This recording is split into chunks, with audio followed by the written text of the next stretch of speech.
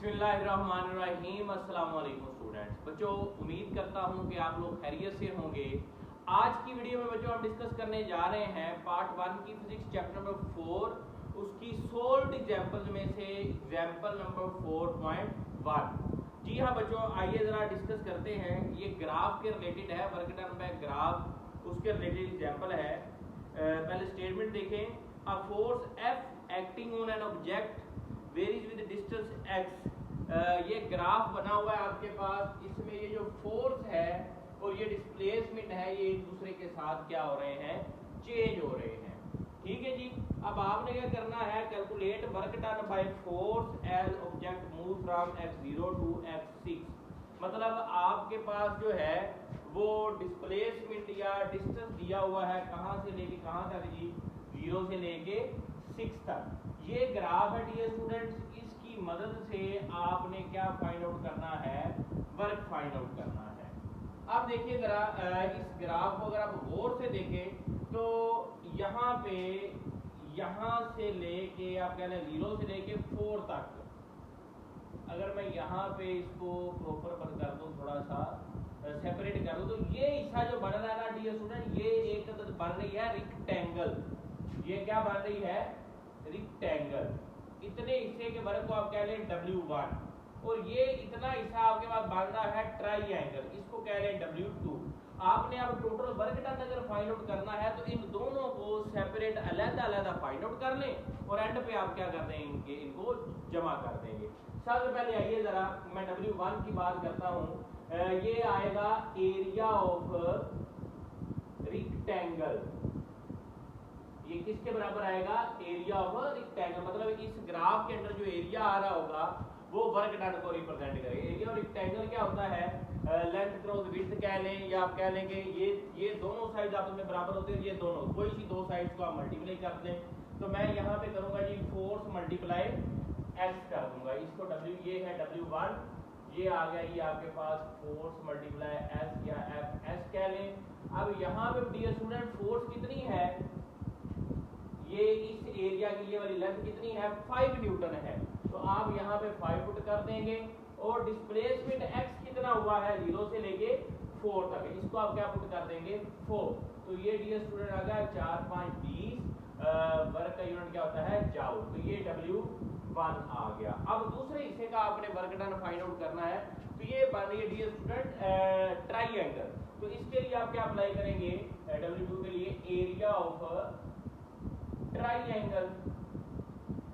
Area of triangle का formula वो क्या होता है, वो होता है हाफ परपेंडिकुलर ओवर बेस के बराबर। हाफ परपेंडिकुलर की जगह पे फोर्स आ जाएगी और डिस्प्लेसमेंट की जगह पे क्या आ जाएगा, x या s।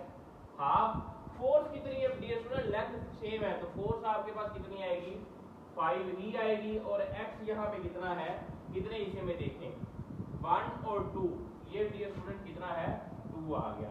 यहाँ से कैंसिल कर ले, 2 से 2 कैंसिल, और ये कितना बच गया, 5 जाओ, ये आ गया W2। अब इस पूरे ग्राफ में टोटल वर्क डन कितना हुआ है, टोटल वर्क डन अगर आपने फाइंड आउट करना है तो आप क्या कर देंगे जी, W1 प्लस W2 कर देंगे। W1 कितना आया है, 20 जाउल, W2 कितना आया, 5, तो ये टोटल हो गया 25 जाउल। ये डियर स्टूडेंट्स आपने क्या कर दिया, इस ग्राफ की मदद से वर्क डन फाइंड आउट कर लिया। 4.2 भी कर लेते हैं। 4.2 है, ए 70 kilogram man runs up a long flight of stairs in 4 second. अब एक पर्सन है जिसका मैथ 70 किलोग्राम है। मैं यहाँ पे डाटा इसका पुट कर देता हूँ, यहीं पे कर लेते हैं एग्जाम्पल। अब हम करने जा रहे हैं जी कौन सी, 4.2। मैथ डियर स्टूडेंट दिया हुआ है कितना जी, 70 किलोग्राम। मैथ है कितना, 70 किलोग्राम, और कितने टाइम में वो बंदा स्टेयर्स चढ़ रहा है जी, टाइम दिया हुआ है 4 सेकंड। नेक्स्ट क्या है जी, the vertical height of stair is 4.5 metre. Height भी दी हुई है डियर स्टूडेंट 4.5 मीटर।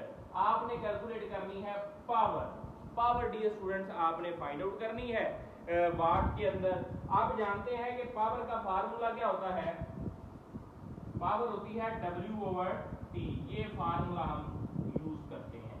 अब अब यहाँ पे वर्क तो है नहीं, मैस दिया हुआ है, हाइट दी हुई है, तो अब यहाँ पे आप क्या कर सकते हैं, क्योंकि हाइट पे जा रहे हैं तो वर्क होगा in the form of potential energy, तो आप इस फार्मूले को इस तरह से ले सकते हैं mgh/t ले लीजिए। अब इसमें वैल्यू पुट करते हैं, मैथ 70 है, g 9.8 होता है और हाइट कितनी है 4.5 और टाइम कितना है जी 4 सेकेंड। इस तरह से डियर स्टूडेंट आप जरा प्लीज इसका आंसर निकाल के बताएं कि कितना आंसर आता है, पावर का आंसर बताएं जी।